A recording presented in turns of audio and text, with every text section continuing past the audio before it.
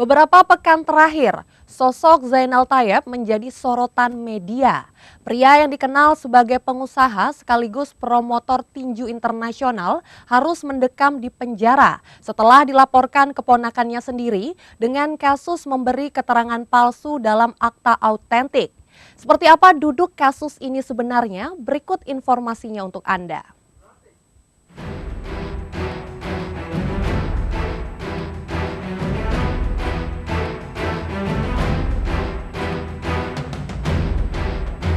Siapa tak kenal Zainal Tayyip? Pengusaha asal Mamasa, Sulawesi Barat ini sukses membangun jejaring usaha di Pulau Dewata. Tak hanya itu, Zainal juga menggeluti dunia olahraga tinju hingga sukses menjadi promotor tinju kelas dunia seperti Chris John, Larry Siwu, dan Andika Sabu. Bahkan dia memiliki sasana tinju Mirah Boxing Camp yang kerap digunakan atlet tinju tanah air untuk berlatih. Dukungan untuk atlet tinju ini tak pernah berkurang meski menyandang status tersangka dari Polres Badung di bulan April 2021 setelah dilaporkan keponakannya sendiri, Haidar Giacomo Boysyam. Dalam akun YouTube Martin Boxing Channel di bulan Juni 2021, Zainal Tayyip bersama juniornya yang juga promotor tinju internasional Martin Daniel Tumbelaka melihat dari dekat proses latihan para atlet yang berlaga di ajang kompetisi tinju tingkat nasional. Petinju-petinju muda Indonesia bahwa karir mereka masih panjang asalkan mereka disiplin begitu. Dia disiplin karena bertinju ini buat mereka ini adalah profesi, bukan sebagai hobi. Jadi buat masa depan mereka tuh ada di tinju. Jadi mereka harus betul-betul profesional, disiplin. Nah ini nanti besok-besok kita bawa petinju-petinjunya ke sini supaya dia banyak sparring-sparring sama anak-anak sini kan.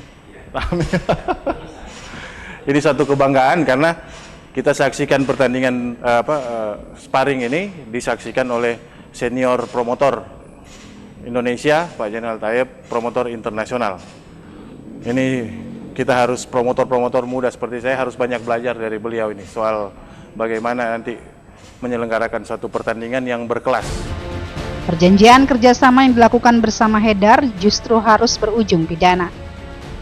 Zainal dijebloskan ke penjara oleh keponakannya sendiri karena dituduh memberi keterangan dalam akte autentik hingga rugi 21 miliar rupiah lebih.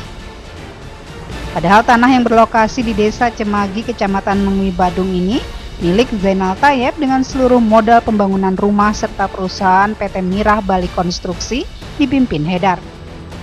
Kerjasama keduanya pun disepakati pembagian keuntungan 50-50. Dalam persidangan dengan agenda saksi pelapor Haidar sempat berjalan panas hingga ketua majelis hakim harus berulang kali menengahi. Selain ditanya seputar perjanjian kerjasama yang diakuinya rugi kepada majelis, hakim Haidar mengakui bahwa selama memimpin perusahaan milik Zainal tidak pernah menggelar rapat umum pemegang saham atau RUPS.